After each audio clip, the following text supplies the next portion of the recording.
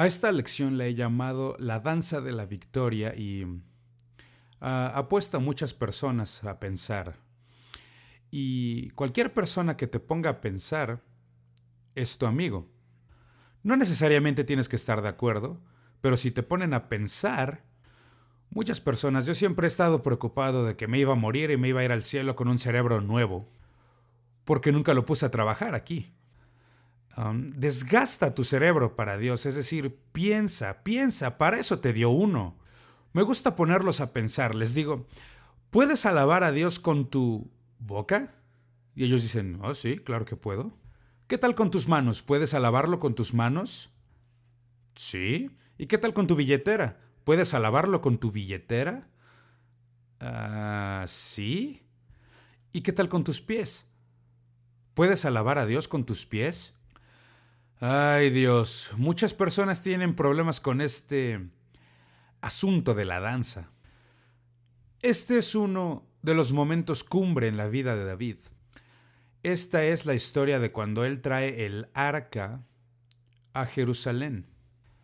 Y David nunca había vivido, vamos a ponerlo así, todo cobró sentido ese día. Todas las profecías que se le habían dado, todas las batallas que había luchado, todos los problemas, él estaba trayendo el arca a Jerusalén.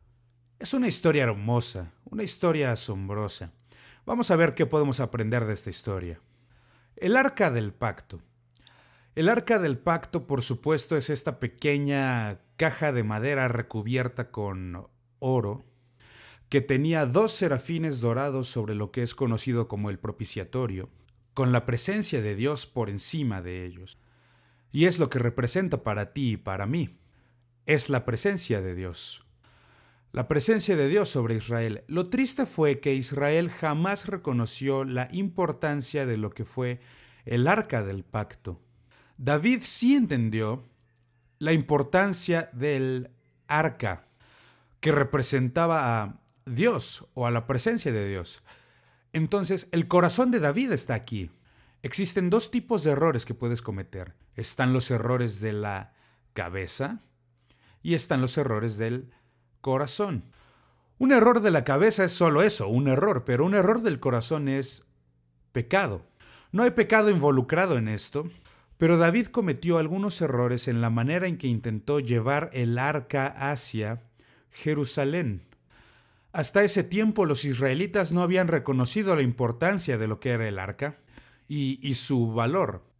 El primer punto que quiero discutir aquí es el temor a Dios. Ahora, por el temor a Dios, encontrar el arca. El deseo de David era el correcto. Era su método el que estaba equivocado. Y muchas veces nosotros también podemos cometer ese error. El método fue que cometió el error de seguir el ejemplo de este mundo. En realidad estaban actuando como si el arca fuera un amuleto de buena suerte. Y utilizo una imagen aquí de una herradura de buena suerte. Muchos granjeros a lo largo de esta nación utilizan herraduras viejas y las clavan en sus graneros. No entiendo por qué lo hacen, es decir, seguro no fue nada de buena suerte para el caballito, ¿o sí? O he visto que otras personas cargan consigo patas de conejo, las tienen como llaveros y se supone que trae buena suerte.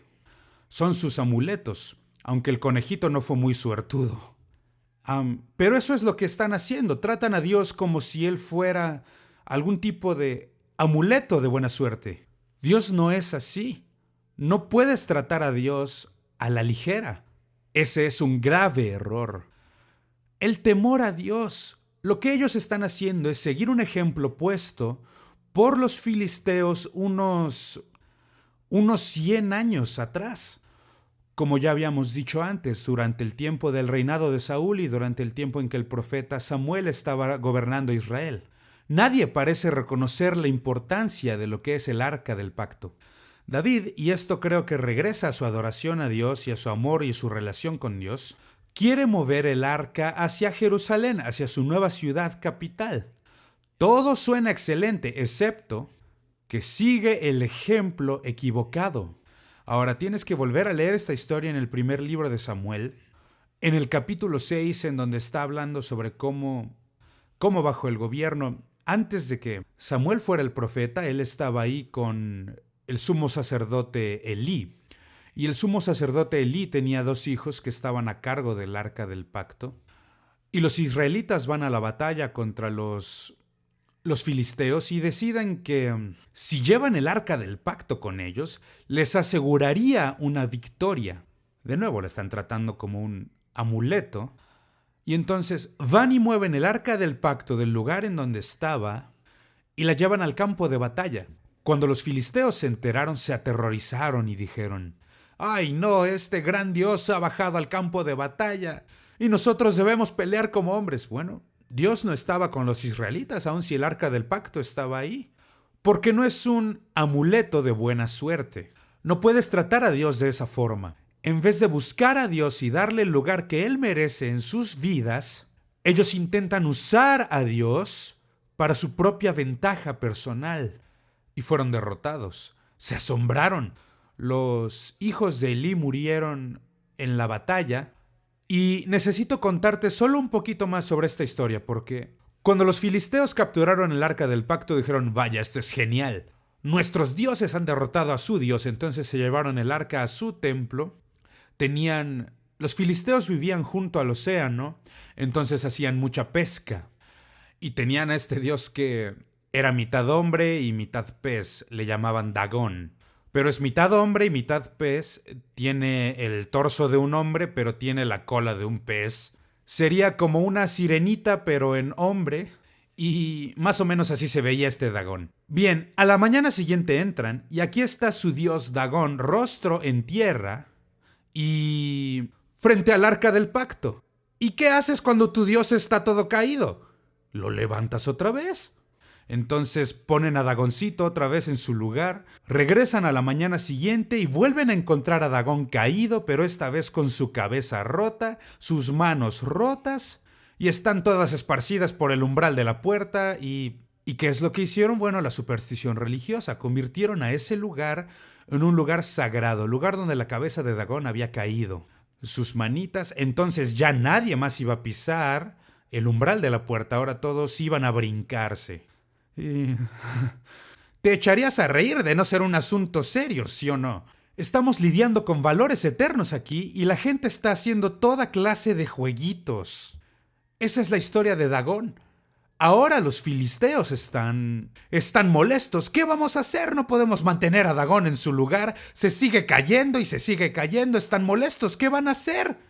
Y uno de los sabios dijo: lo que tienen que hacer es entregar una ofrenda. Y entonces pusieron oro con el arca del pacto y la pusieron en un carro nuevo.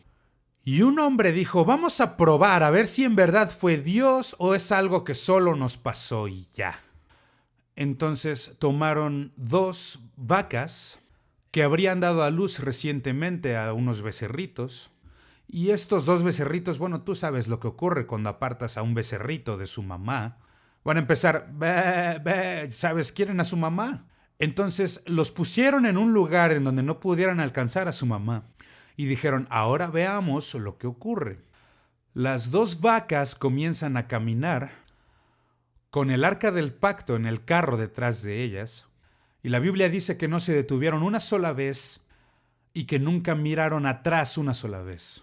Y esta historia nos está diciendo algo. Dios es el Dios aún de la naturaleza. Él es quien controla absolutamente todo. No voltearon atrás una sola vez, siguieron caminando hasta que llegaron a territorio israelita. Y al momento en que se metieron en territorio israelita se detuvieron y dejaron de moverse. Y de ahí es de donde David obtuvo la idea de poner el arca en un carro. La obtuvo de los filisteos. No era la idea de Dios, no era de acuerdo a la escritura o de acuerdo a la palabra de Dios. Simplemente siguió un ejemplo puesto por el mundo. Pero los filisteos no tenían Biblia. Los filisteos no conocían a Dios. Pero David sí. Entonces él tiene mayor responsabilidad. El problema es que muchas veces no otorgamos a Dios el respeto apropiado. No puedes tratarlo como a un juguete. No puedes tratarlo como a una mascota. No puedes. Él es Dios. Y más vale que le des el lugar apropiado en tu vida, o si no lo vas a lamentar. Estarás en problemas. Y eso es lo que ocurre en esta historia. El temor a Dios. El temor al Señor viene porque todo está muy bien, las vaquitas están moviéndose y el arca está bien puesta en el carro y es un carro nuevo, es decir, tienen lo mejor de lo mejor hasta que llegan a terreno difícil. Ahora escúchame bien, cualquiera puede ser un líder cuando todo está yendo bien, incluso una vaca. Si no me crees, mira la procesión, es una vaquita la que está al frente. La vaca está guiando este desfile. Ah, qué desgracia. Una de las cosas que he visto al viajar por el mundo es que India es un país completamente distinto. Si vas a la India vas a ver gente y gente y gente por doquier. Es uno de los problemas más grandes. Geográficamente, el territorio de la India es de 1/3 del de los Estados Unidos y aún así la población es 4 veces mayor en la India y todos en un país 1/3 del tamaño de los Estados Unidos. Y hay gente por todos lados y hay tantas vacas. Y a muchas de ellas parece que les va bastante bien. Y estaba en medio de una ciudad con millones de personas y yo estaba muy curioso. Entonces hice la pregunta, ¿qué comen las vacas? ¿No hay pasto? ¿Qué comen las vaquitas? Y dicen, oh, las vacas son dioses. Entonces todos les dan a las vacas una ofrenda. ¿Una ofrenda? Sí, una ofrenda. Y entonces si voy a comprar unos plátanos, esto es lo que me dijeron, ¿eh? Cuando voy a comprar plátanos, si veo una vaquita, le ofrezco a la vaquita un plátano. Dicen, a las vacas les encantan los plátanos. Yo no tenía idea de que a las vacas les gustaban los plátanos. Las vacas que yo conozco les encanta el heno, les encanta el pasto. Pero a las vacas les encantan los plátanos. Y es trágico, es trágico. Existen millones de personas allá en la India que literalmente están muriéndose de hambre. Y ahí tienes a estas personas que les ofrecen plátanos a las vacas. Es una total y completa locura. Y tienen este ciclo que ellos llaman reencarnación, que si eres una buena persona, puedes reencarnar, puedes regresar y volver a vivir tu vida e ir a otra etapa de tu karma. La reencarnación, si eres muy, muy bueno, cuando por fin alcanzas la etapa final podrás regresar y convertirte en una vaca. Yo no sé a ti, pero esto a mí me vuelve completamente loco. ¿Cómo se les ocurre? Yo no tengo las más mínimas intenciones de ser una vaca. No me interesa convertirme en una vaca. Pero es tristísimo. Me rompe el corazón. Literalmente existen personas en la India que gastan su dinero en construir hoteles para las vacas. Y salen a buscar al campo todas las vaquitas enfermitas y se las llevan a su gran hotel vaquita. Y allí cuidan a las vacas hasta que por fin las vacas mueren. Y todo el tiempo tienen gente hambrienta muriendo en las calles. Oh, Dios, locura. ¿Qué ideas tan locas? La religión te puede volver loco. El temor de Dios. Todo iba bastante bien hasta que llegaron a terreno difícil. Y así es en nuestras vidas, cualquiera puede ser un líder mientras todo esté yendo bien. Pero cuando llegas a terreno difícil, problemas difíciles, cosas que son muy duras de enfrentar, ahí te das cuenta de si el líder es un líder de Dios o no lo es. Verás, el problema de las vacas es que las vacas no están ungidas. Las vaquitas no están calificadas para ser los líderes. Cuando llegaron allá, y yo en verdad pienso que él tenía buenas intenciones, Usa, cuando el carro llega a terreno difícil y comienza a tropezar, el arca del pacto está a punto de caerse del carro. Entonces él intenta alcanzar el arca para enderezarla y evitar que caiga. ¿Alguna vez has intentado ayudar a Dios? Cuando parecía que Jesús estaba a punto de caer y, ¿sabes?, romper la estatua. ¿Alguna vez has intentado ayudar a Dios? Es lo que él intenta hacer. Y de repente, un rayo le alcanza y lo mata. Cayó muerto. ¡Qué final tan atemorizante! David está muy asustado, porque Él es el rey. Él fue quien ordenó toda esta procesión. Él fue quien comenzó todo esto. Y ahora un hombre ha muerto. Dios se ha convertido en un Dios de poder impredecible para David. Está aterrorizado porque seguro piensa, ¿seré yo el siguiente? ¿Me irá a matar a mí después? Y hay muchas personas que miran a Dios de esa forma. Solo lo ven como poder. Lo único que ven es a alguien que es grandioso y fuerte y no pueden entender que Él es un Dios que nos ama, un Dios que se preocupa por nosotros. Pero David está aterrado por Dios y entonces estaciona el arca justo ahí. No la lleva más lejos. La dejó en la casa de un hombre llamado Obed-Edom. Obed literalmente significa siervo, Edom es el nombre de un país, literalmente significa siervo de Edom. Eso me dice que no es un israelita, es un extranjero que ha venido a la tierra de Israel. Posiblemente sea un adorador del Señor, tal vez sea un prosélito judío, no lo sabemos. Lo único que sí sabemos es que David se detiene en la casa de este extranjero y se rehúsa a dar un paso más. El segundo punto que vemos es lo que llamo el favor de Dios. Cuando detiene el arca en la casa de este Obed-Edom, adivina qué pasa. Dios comienza a bendecir a Obed-Edom. Ahora escucha bien. Cualquier persona que respete a Dios, cualquiera que muestre reverencia por Dios, será bendecido por Dios. Y eso es lo que hace por Él. Él está bendiciendo. Y entonces las personas pronto se dan cuenta de que las bendiciones del Señor están sobre este hombre. Es decir, todos sus caballos están teniendo caballitos, todas sus vaquitas están teniendo más vaquitas y todos los perritos están teniendo más perritos y hay cachorros por todos lados y hay gatitos y Dios es un Dios de vida.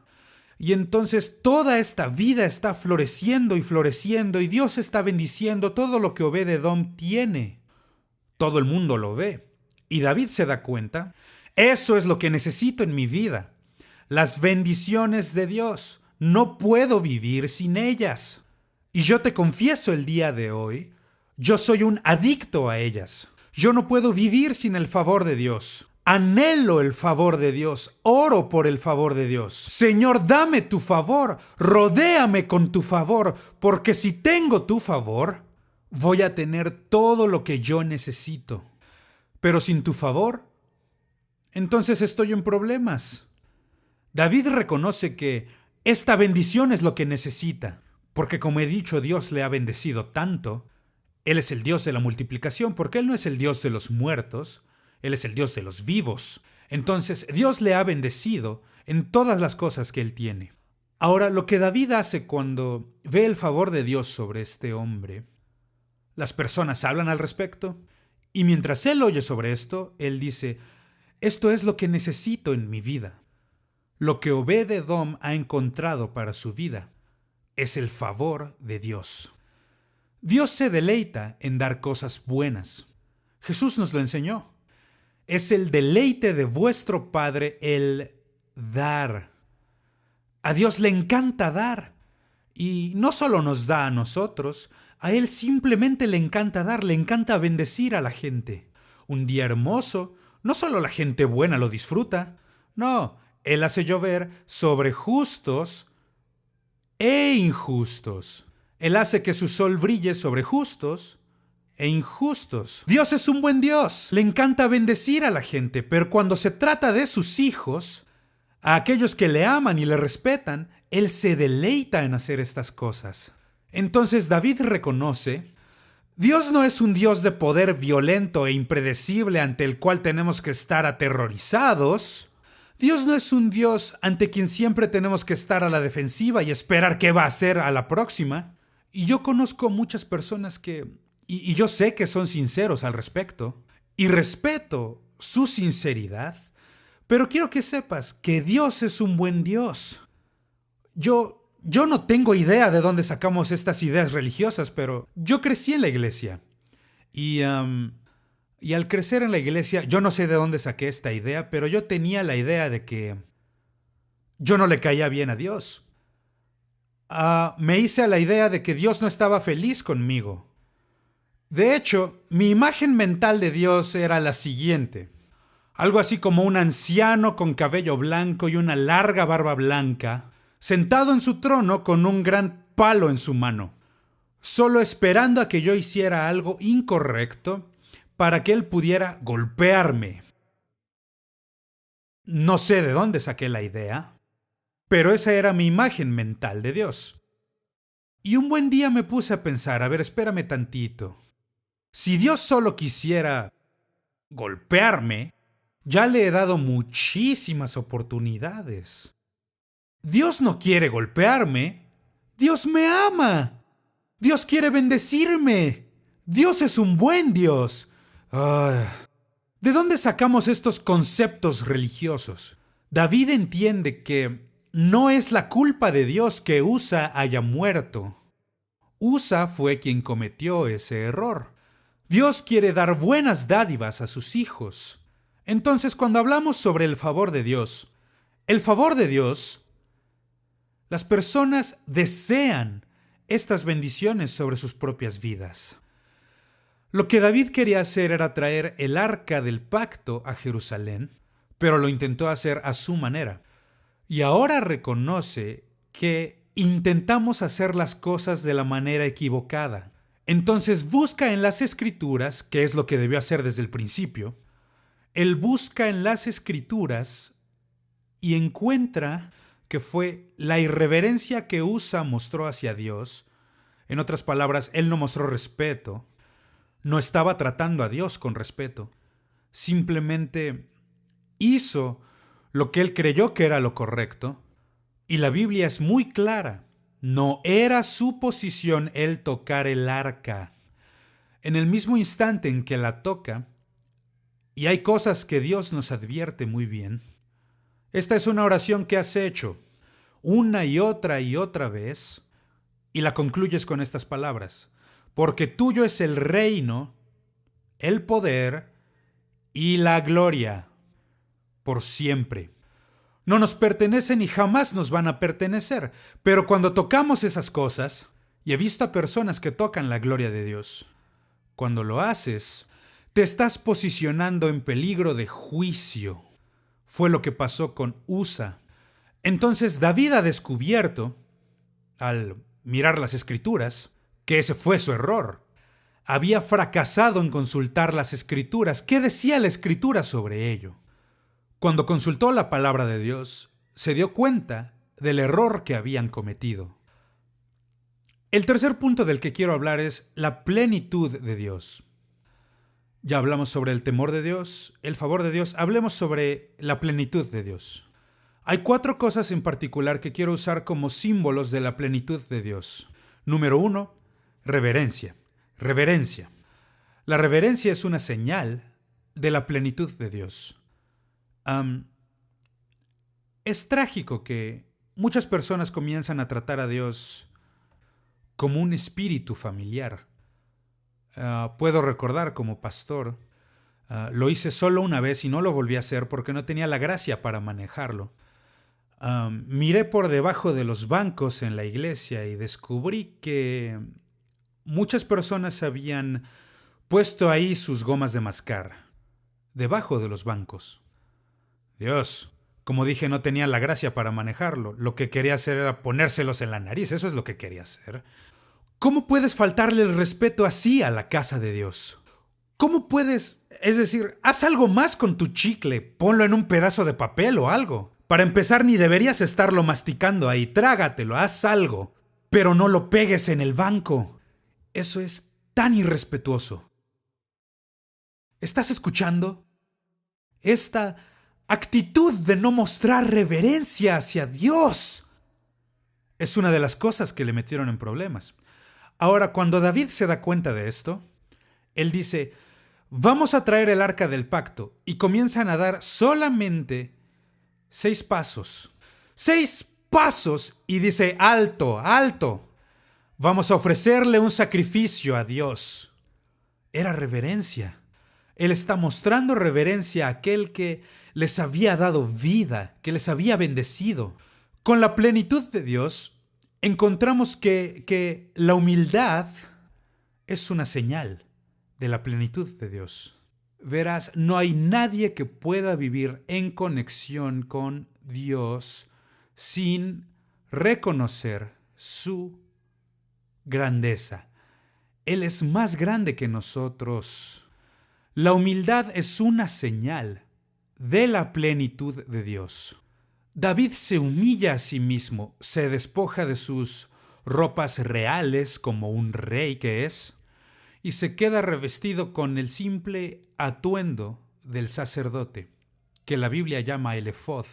Él simplemente se pone este atuendo sacerdotal y comienza a guiar al pueblo en adoración. Él está adorando a Dios en simplicidad. No hay ningún show acerca de esto. Él no intenta impresionar a nadie.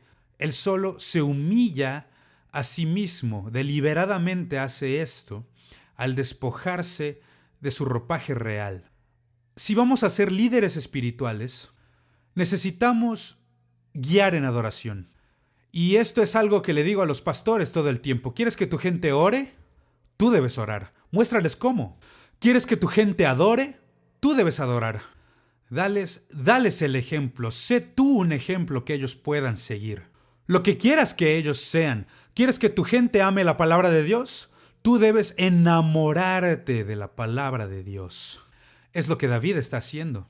En la humildad de David, él está guiando al pueblo en adoración. Y mientras les está guiando, esto es un principio que se remonta al libro de Génesis, en donde dice que todo se reproduce de acuerdo a su propia especie.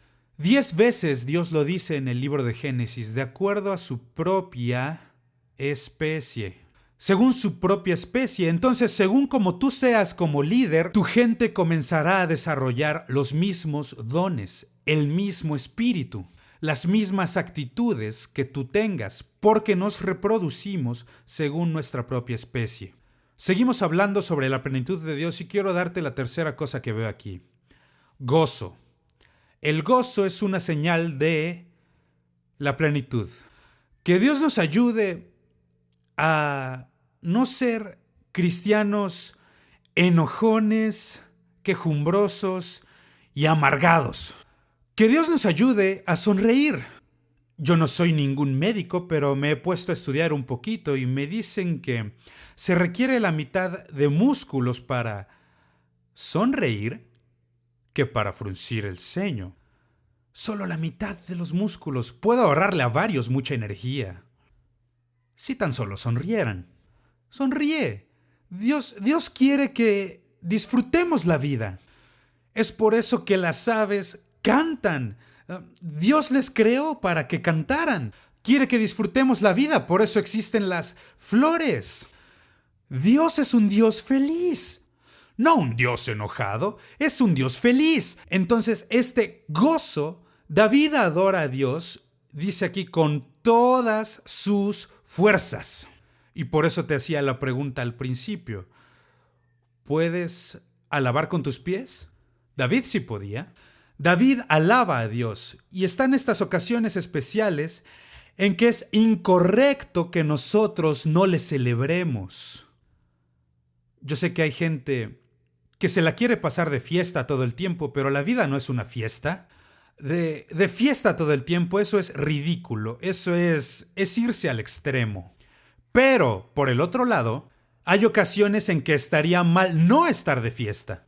Por ejemplo, cuando Jesús está entrando a Jerusalén y todos estos niños le siguen y están gritando, ¡Hosana al Hijo de David! ¡Hosana, bendito el que viene en el nombre del Señor! Y todos estos religiosos, fariseos están diciendo, ¡diles que se callen! Y Jesús les contestó, os digo que si estos callaran, las piedras clamarían. Yo no quiero que ninguna piedra clame por mí.